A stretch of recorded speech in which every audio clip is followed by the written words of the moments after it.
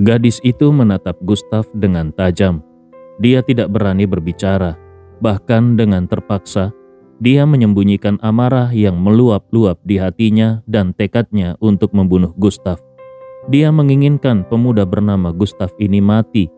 Siapapun yang menyinggung perasaannya harus mati, disiksa sampai mati secara perlahan. Ye Lingtian melihat sekeliling dengan sedikit rasa tidak tenang di hatinya, lalu berkata kepada Gustav, "Tuan istana, ayo kita pergi." Gustav tidak banyak bicara. Dia menopang Ye Lingtian ke atas rusa awan api, lalu menuntunnya untuk pergi. Tepat ketika mereka akan melewati kerumunan, tiba-tiba terdengar suara bentakan penuh wibawa dan bergema, "Berhenti!"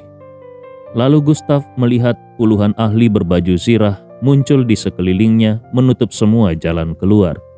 Pada saat yang sama, seorang pria bertubuh hampir 2 meter, dengan otot yang tampak meledak-ledak, keluar dari kerumunan. Pria itu mengenakan baju zirah merah terbuka dan menggenggam pedang lebar berukir emas. Tubuhnya dikelilingi oleh hembusan angin, dan aura kuatnya menyapu sekeliling. Lengannya yang sangat besar, hampir 2 kali lipat dari Gustav. Langkahnya mantap, dan tekanan yang dia bawa menimbulkan rasa tertekan, seolah-olah menghadapi mesin perang yang sesungguhnya. Seluruh tubuhnya memancarkan aura dominasi yang seakan meremehkan dunia. Mata Gustav sedikit menyipit. Dia bisa merasakan darahnya mendidih. Pria yang muncul tiba-tiba ini memberinya perasaan bahaya. Orang ini jelas bukan kultivator biasa, melainkan seorang ahli tubuh fisik sejati, seorang pejuang dengan tubuh yang tidak tertandingi. Pria gagah itu berbicara, matanya menyapu sekeliling dengan tatapan dingin dan penuh kewibawaan. "Di dalam kota Linhai, dilarang bertarung secara pribadi. Apakah kalian tahu akibatnya?" Kerumunan yang menonton pun terkejut dan mulai berseru, "Siapa yang melaporkan ini?" Sampai-sampai membuat Xiang Yingji dari Biro Hukuman Kota Linhai datang. Xiang Yingji dikenal sebagai singa ganas bela diri Kota Linhai. Metodenya kejam.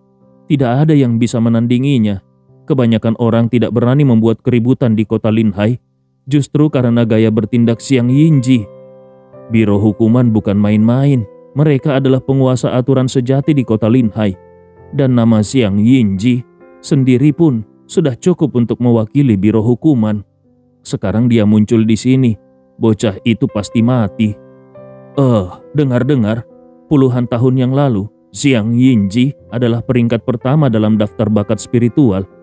Kalau bukan karena keterbatasan bakat tubuhnya, mungkin dia masih menduduki peringkat pertama sampai sekarang, bukan Ji Siking. Tapi yang dikejar Xiang Yingji bukanlah daftar bakat spiritual. Yang dia incar mungkin adalah daftar kekuatan sejati Gunung Kunlun, yaitu daftar Cakrawala. Daftar Cakrawala hanya memiliki 1000 tempat, dan hanya diperuntukkan bagi mereka yang berambisi menaklukkan langit Gunung Kunlun. Bahkan mereka yang berada di puncak tingkat alam Void Return tidak bisa masuk.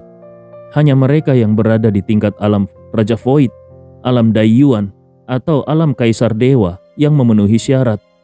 Tapi Xiang Yingji berhasil masuk ke peringkat 912 di daftar Cakrawala pada usia 37 tahun. Betapa mengerikannya itu. Dan dia melakukannya dengan mengandalkan tubuh fisiknya. Di Gunung Kunlun, hampir tidak ada yang bisa menandingi bakat Xiang Yingji sebelum usia 40 tahun. Meskipun Ji Siking mungkin cukup kuat untuk masuk ke daftar Cakrawala, tapi sepertinya Ji Siking hanya fokus pada kultivasi, tanpa pernah mengalahkan atau membunuh ahli dari daftar tersebut. Tidak, ada satu orang yang pasti tidak kalah dari Xiang Yingji. Jangan lupa tentang Aldren Ye yang muncul entah dari mana. Kabarnya, bakatnya bahkan bisa melampaui Ji Siking. Dan dia memiliki kekuatan untuk bertarung melawan mereka yang ada di daftar Cakrawala. Sepertinya Aldren Ye bahkan belum mencapai usia 30 tahun. Itu benar-benar menakutkan. Apa yang kau bicarakan? Aldren Ye hanyalah legenda. Berapa banyak orang yang benar-benar melihatnya?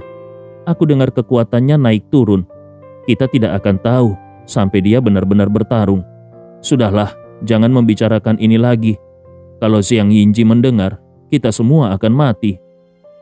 Kerumunan pun perlahan-lahan menjadi sunyi. Gustav mendengar suara orang-orang di sekelilingnya. Matanya mengerut dalam-dalam. Dia sudah mengetahui tentang daftar bakat spiritual. Tetapi ini pertama kalinya dia mendengar tentang daftar cakrawala.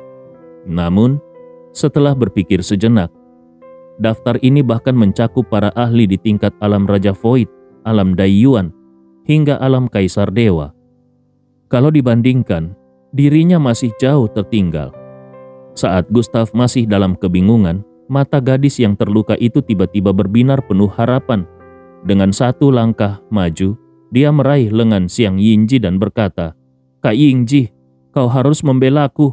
Orang itu bukan hanya membunuh para pengikutku, tetapi juga menamparku, bahkan berani mengatakan akan memusnahkan keluarga suku." Xiang Yingji menatap gadis itu dari atas dengan ekspresi sedikit mengernyit lalu berkata, "Yasin, wajahmu." Tentu saja dia melihat wajah Su Yaxin yang masih merah dan bengkak. Meskipun hubungannya dengan keluarga Su biasa saja.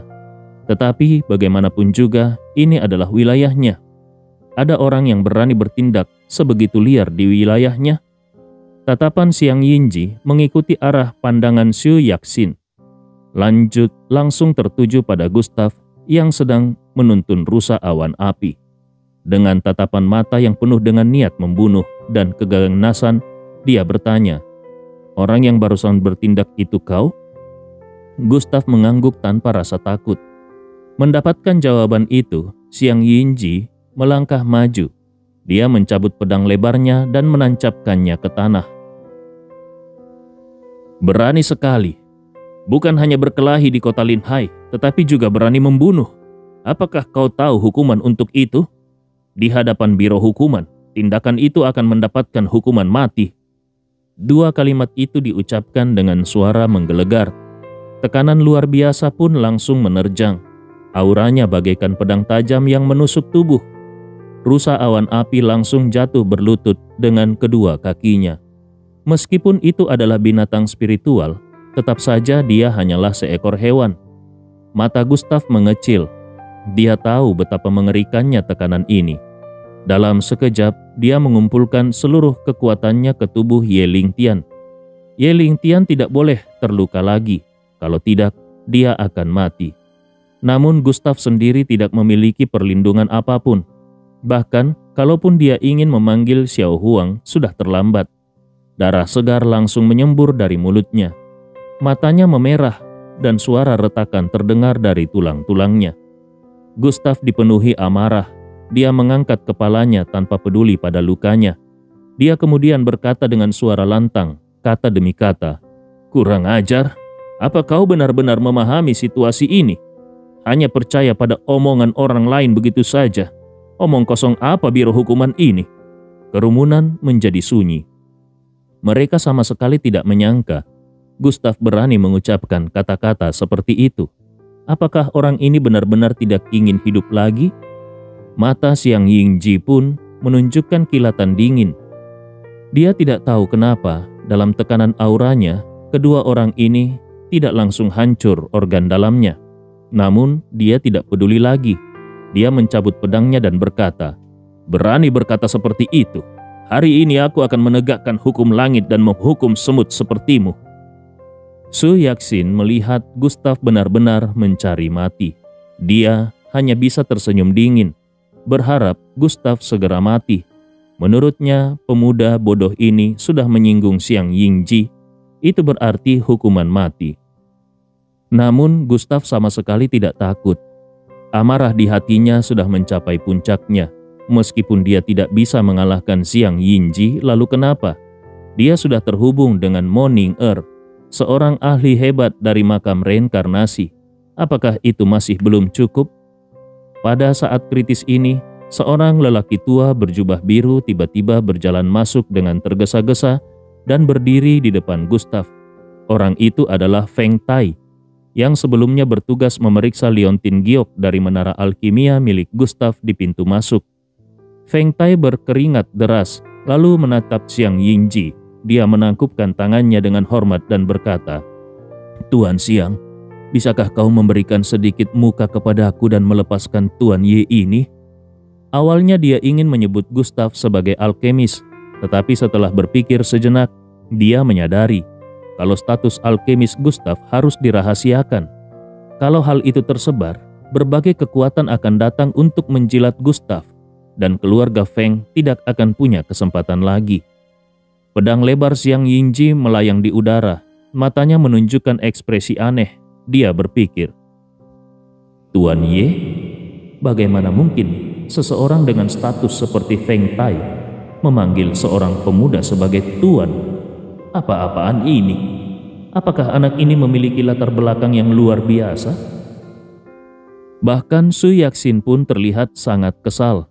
Awalnya dia mengira Gustav pasti akan mati, tetapi sekarang tampaknya itu mustahil.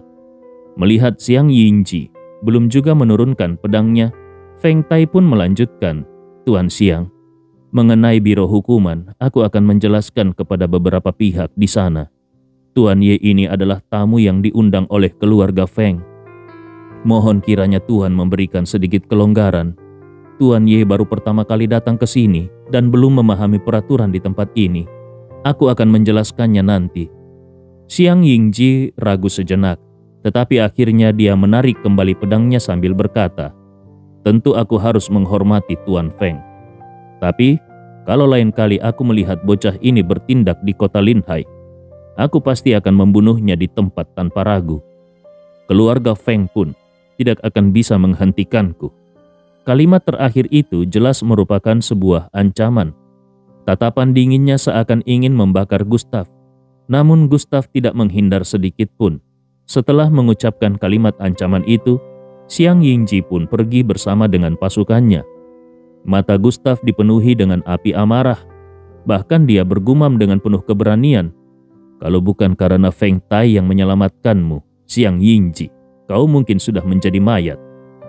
Meskipun saat ini Xiang Yingji sangat kuat dan berada di puncak kekuasaan, Gustav yakin bahwa kalau dia diberi sedikit waktu untuk berlatih lebih lanjut, bahkan tanpa bantuan makam reinkarnasi pun, dia tetap bisa bertarung melawan Xiang Yingji. Dendam ini, Gustav akan mengingatnya dengan baik.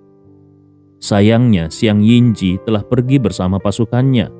Su Yaxin yang takut Gustav akan membalas dendam, buru-buru mengikuti Xiang Yingji. Feng Tai pun berkeringat dingin. Dia segera berbalik dan berkata dengan cemas, "Tuan Ye, aku rasa ini pertama kalinya kau datang ke kota Linhai, bukan? Xiang Yingji bukan orang sembarangan di kota ini. Dia sangat kuat. Kabarnya dia pernah menghancurkan seorang ahli alam Raja Void hanya dengan satu pukulan. Meskipun hanya tahap awal, namun reputasinya sebagai ahli kultivasi tubuh sudah tersebar luas di Gunung Kunlun. Terlebih lagi, dia sudah masuk ke dalam daftar cakrawala. Tuan Ye, kau adalah seorang cendekiawan. Sebaiknya jangan berbenturan dengan orang seperti dia." Jelas sekali dalam pandangan Feng Tai, alkimia adalah bidang keilmuan, sedangkan seni bela diri adalah kekuatan. Keduanya tidak bisa dibandingkan. Kalau sampai terjadi perkelahian sungguhan, Xiang Yingji mungkin bisa melumpuhkan Gustav hanya dengan satu jari. Gustav tidak banyak bicara, hanya mengangguk sebagai tanda terima kasih atas niat baik Feng Tai. Mata Feng Tai kemudian berbinar, seolah baru teringat sesuatu dan berkata, "Tuan Ye, hari sudah larut. Kalian berdua pasti belum makan, bukan? Bolehkah aku mengundang kalian untuk singgah di kediamanku?" Awalnya Gustav ingin menolak, tetapi setelah mengingat kondisi luka Ye Lingtian dan urusan keluarganya, dia berpikir kalau meminta bantuan Feng Tai adalah pilihan terbaik. Apalagi rusa awan api terluka dan membutuhkan istirahat sebelum bisa melanjutkan perjalanan. Maka dia pun menangkupkan tangannya dengan hormat. "Kalau begitu, aku akan merepotkan Tuan Feng." Feng Tai menggelengkan kepalanya. Tidak merepotkan sama sekali. Kehadiran Tuan Ye adalah kehormatan bagi kediamanku." Setengah jam kemudian, Gustav dan Ye Lingtian tiba di kediaman keluarga Feng. Tempat itu adalah sebuah rumah berbentuk Si Hei Yuan, yaitu rumah tradisional Tiongkok dengan halaman tengah. dikelilingi oleh hutan bambu dan perbukitan, sehingga menciptakan suasana yang tenang dan indah. Pertama-tama Feng Tai mengatur agar Gustav dan Ye Lingtian bisa mandi dan berganti pakaian untuk menghilangkan kelelahan perjalanan mereka. Setelah itu mereka bertiga langsung menuju ruang makan. Masing-masing duduk di satu meja dengan berbagai hidangan lezat terhidang di atas meja panjang. Beberapa wanita cantik bahkan hadir untuk menuangkan anggur sebagai hiburan. Namun, ketika Feng Tai melihat kalau kedua tamunya tidak terpengaruh oleh kecantikan para wanita itu, dia segera mengusir mereka. Setelah makan malam, Feng Tai pun langsung bertanya, "Tuan Ye, kau adalah seorang alkemis tingkat alam void. Kenapa kau tiba-tiba datang ke kota Linhai? Sepertinya tidak ada kompetisi alkimia yang diadakan di sini akhir-akhir ini." Tentu saja Gustav tidak bisa mengatakan kalau dia datang untuk mencari keluarga Mo. Sebaliknya, dia menoleh ke arah Ye Lingtian dan berkata, "Sebenarnya aku ingin meminta bantuan Tuan Feng. Temanku ini kehilangan ayahnya, dan dia kembali ke sini untuk mengurus pemakaman ayahnya. Namun, karena dia sudah meninggalkan rumah selama bertahun-tahun, dia tidak tahu bahwa keluarganya sudah pindah ke kota Linhai. Sekarang kami sudah tiba di sini, tetapi kami tidak tahu di mana tepatnya keluarganya berada." Feng Tai segera mengerti. Setelah bertanya beberapa hal kepada Ye Lingtian, dia meneguk anggurnya, lalu memerintahkan pelayannya untuk membawa sebuah buku catatan. Setelah membuka beberapa halaman, dia tiba-tiba mengangkat kepalanya dengan tatapan penuh arti ke arah Ye Lingtian dan berkata, "Aku kira aku tahu di mana letak keluargamu. Beberapa bulan yang lalu, memang ada seorang kepala keluarga bermarga Ye yang meninggal di wilayah selatan kota, tidak jauh dari sini. Namun," mata Gustav langsung menyipit. "Namun apa? Tuan Feng, silakan katakan saja." Feng Tai meletakkan bukunya dan melanjutkan, "Namun ada masalah dengan keluarga tersebut. Sepertinya kepala keluarga yang sudah meninggal itu masih belum dimakamkan hingga saat ini." Gustav dan Ye Lingtian langsung menunjukkan ekspresi penuh kemarahan. Sudah berbulan-bulan berlalu tetapi jenazah itu masih belum dimakamkan. Apakah mereka ingin arwahnya tetap bergentayangan? Di Gunung Kunlun ada aturan bahwa jenazah harus dimakamkan dalam waktu 7 hari. Kalau ada situasi khusus, maksimal 15 hari.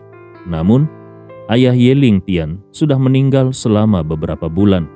Ini keterlaluan. Apa yang sebenarnya dilakukan oleh keluarga itu? Tatapan Ye Lingtian berubah tajam. Dia meletakkan cangkirnya dan bertanya dengan serius, "Tuan Feng, apakah kau tahu penyebabnya?"